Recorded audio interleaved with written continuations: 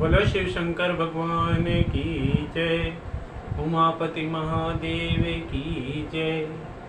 ओम नमः शिवाय।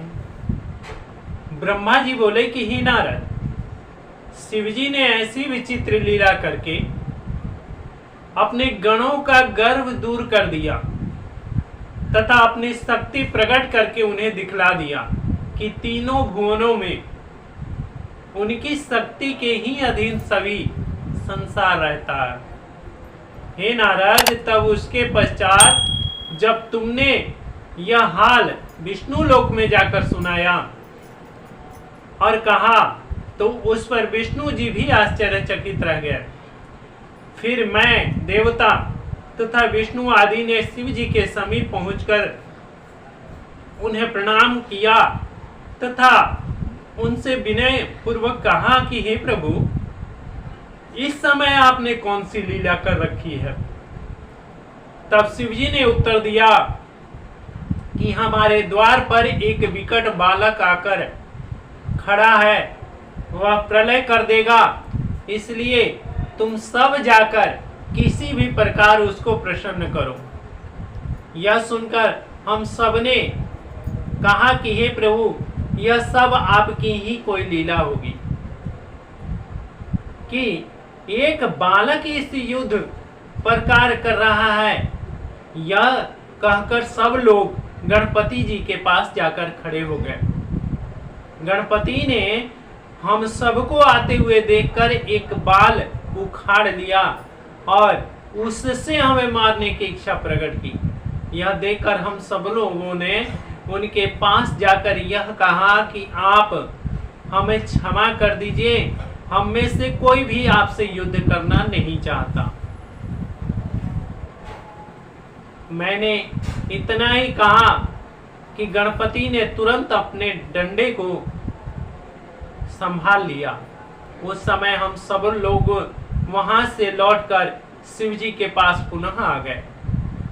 उस समय शिव जी क्रोधित होकर इंद्रादि से कहा कि तुम सब जाकर उस बालक का वध कर दो, जिससे तुम्हें यश की प्राप्ति होगी। शिव जी की आज्ञा पाकर इंद्रादि सभी देवता युद्ध के लिए तत्पर होकर गणपति जी के ऊपर बाण शस्त्र अस्त्र का वर्षा करने लगे। उसी समय शिव गिरजा जी ने दो शक्तियां उत्पन्न की, जो तुरंत युद्ध स्थल में पहुंचकर दोनों ओर से अस्त्र शस्त्रों को मुंह फाड़कर खाने लगा। जिस प्रकार पर्वत समुद्र के बीच में खौल कर निगल जाती है, उसी प्रकार अकेले गणपति ने समस्त सेना के सभी शस्त्र अस्त्र को विस्फल कर दिया और कोई भी अस्त्र उनके पास शेष नहीं रह गया। उस समय केवल वीरभद्र को यह दिखाई दे रहा था कि ये दोनों शक्तियों ने प्रकट होकर देवताओं का इस प्रकार दुखित किया है।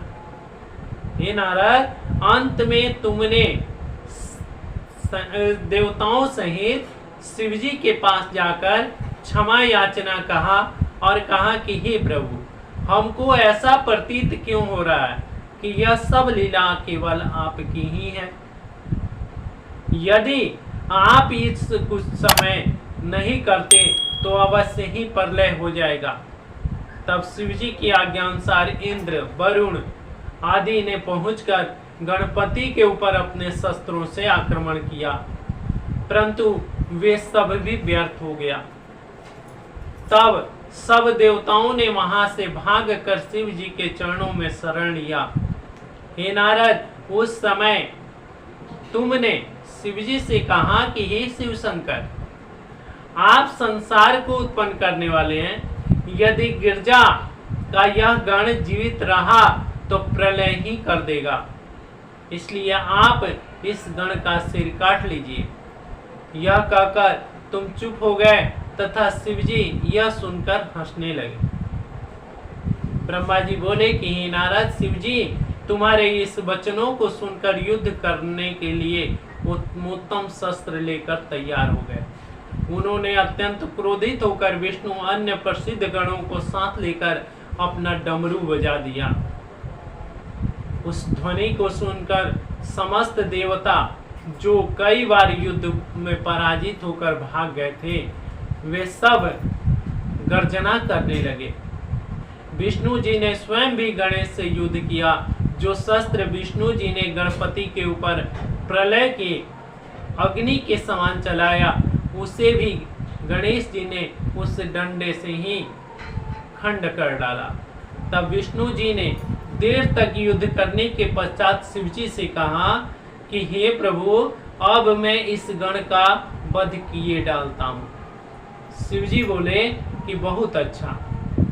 तब गणपति ने उस समय इतनी वीरता दिखलाई कि सब देवता युद्ध भूमि से पीठ दिखाकर भाग चले। यह देखकर विष्णु जी ने अपने मुख से गणेश की प्रशंसा करते हुए कहा कि तुम्हें अनेक धन्यवाद है, क्योंकि आज तक कोई भी वीरता से हमारे साथ नहीं लड़ पाया। विष्णु जी यह कहीं रहते कि गणपति ने अपने पारिद उठाकर मारा, तब विष्णु जी ने अपने पारिद से उसे काट डाला। फिर गणपति ने एक शस्त्र विष्णु जी के वक्ष स्थल में दे मारा, जिससे विष्णु जी सहन ना कर सके तथा धरती पर अचेत होकर गिर पड़े। उस समय चारों ओर हाहाकार मच गया, परंतु थोड़ी ही देर में विष्णु जी शिव जी की कृपा से पुनः उठ खड़े हुए और बहुत प्रकार से दोनों ओर से युद्ध होता रहा, परंतु दोनों में से कोई भी परास्त नहीं हो सका। निदान विष्णु जी ने गणपति के ऊपर एक ऐसा असंख्य बाणों की वर्षा की तथा अपनी विजय के विचार से अपना शंख भी बजा दिया। उनके शंख की ध्वनि सुनकर सब देवता वहां लौट आए। फिर एक साथ सब देवताओं ने गणपति पर आक्रमण कर दिया, परंतु गणपति ने गिरजा जी का स्मरण करके अपनी मुष्टिका द्वारा सब देवताओं के अस्त्र शस्त्र फिर व्यर्थ कर दिए। अब उस समय समस्त देवता आश्चर्यचकित हो गए, पृथ्वी कांपने लगी तथा पर्वत हिलने लगे। ऐसा प्रतीत होता था कि अब प्रलय होने ही वाला है। तब विष्णु जी सबको दुखी देखकर तथा प्रलय के चिन्ह देखकर तुरंत गणपति जी के ऊपर कूद पड़े तथा वेग से दौड़कर गणपति का सिर चक्र के द्वारा काट डाला। यह देखकर मैं तथा अन्य सभी देवता आदि निर्भय होकर अत्यंत प्रसन्न हुए तथा शिव जी की स्तुति करने लगे। बोलो शिव शंकर भगवान की।